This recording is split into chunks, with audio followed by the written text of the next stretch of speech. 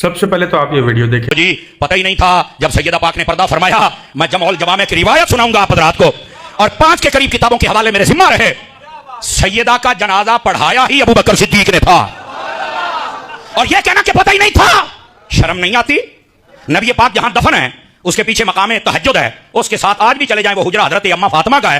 اتنا قریب مسجد نبی کے گھر ہو اور حضرت ابو بکر اور عمر کو پتہ نہ چلے, یہ کیسے؟ اور دوسری بات آپ کو پتہ, میں ذمہ داری سے کہہ رہا ہوں, یہ 6 ماہ تک سیدہ پاک نبی پاک کے پردہ کرنے کے بعد زندہ رہی تھی. آپ کو پتہ ہے 6 ماہ کے اندر سیدہ کی خادمہ کون تھی؟ قسم خدا کی مزے کو مزہ آ جانا چاہیے, وہ خادمہ ابو بکر صدیق کی بیوی تھی. ابو بکر صدیق نے بتلا دیا ہم بھی حضور کے اہل بیت کے خادم ہیں, ہماری اولاد اور بیویاں بھی حضور کی اہل بیت کی خادم ہیں. اور بھائی نبی پاک صلی اللہ علیہ وسلم کے غلاموں, میرے آقا کی بیٹی کے پاس جو گھر کی خادمہ تھی وہ حضرت ابو بکر صدیق کی بیوی تھی, اس کا نام اسماء بنت امیس ہے. اور یہ وہی حضرت اسماء بنت امیس ہیں. سنیے گا, حضرت سیدہ پاک نے فرمایا کہ جنازے عورتوں کے جاتے ہیں اوپر اگرچہ چادر ہوتی ہے, میں چاہتی ہوں کہ چادر کو بھی کوئی نہ دیکھے جب میں رخصتی کروں, جب میں پردہ کروں. تو حضرت اسماء بنت امیس نے کہا, سنیے, ابو بکر صدیق کی بیوی نے کہا جو آپ کی خادمہ تھی, آپ کے گھر رہتی تھی, آپ نے کہا حبشہ میں نے دیکھا جب عورتیں فوت ہوتی ہیں نا تو ان کی چارپائی کے اوپر نا پتے ڈال دیے جاتے ہیں, چھڑیاں ڈال دی جاتی ہیں درختوں کی, تو وہ عورت نظر نہیں آتی. حضرت فاطمہ پاک نے فرمایا مینوں نا بنا کے دکھا, یہ پریکٹیکل چارپائی آئی, اس کے اوپر ایک یہ چھبی بنائی گئی, اوپر پتے ڈالے گئے. نبی کے بعد پہلی مرتبہ اگر سیدہ مسکرائی تھی نا تو یہ منظر دیکھ کر جو ابو بکر صدیق کی بیوی نے بنا کے دکھایا تھا. یہ حضرت اسماء بن بیوی گھر پہ ہو اور کسی کو پتہ نہ چلے اور جائے عقل کا علاج کرا. اور پھر اگلی بات میں ذمہ داری سے کہہ رہا ہوں, جب جنازے کے لیے صفیں بن گئی تو حضرت ابو بکر صدیق نے کہا علی جنازہ آپ پڑھائیں. کہا کیوں؟ کہا علی آپ پڑھائیں جنازہ. کیوں؟ فرمایا آپ زیادہ قریبی وارث ہیں نا تو آپ پڑھائیں. فرمایا اے ابو بکر میں علی ہوں اور میں نے مصطفیٰ کی حدیث سن رکھی ہے, میرے نبی نے فرمایا ہے لا ينبغي لقوم فيهم ابو بکر ان يؤمهم غيره احدا, کہ جس قوم میں ابو بکر ہو, ابو بکر کے علاوہ مصلی امامت پہ کوئی نہیں آ سکتا. آج علی نہیں آئے گا, آج آئے گا تو ابو بکر صدیق آئے گا.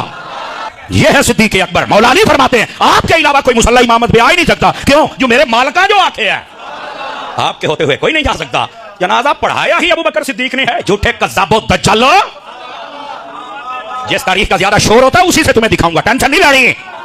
اور یہ جو میں نے پڑھی ہے یہ حدیث ہے جمع الجوامع میں ہے.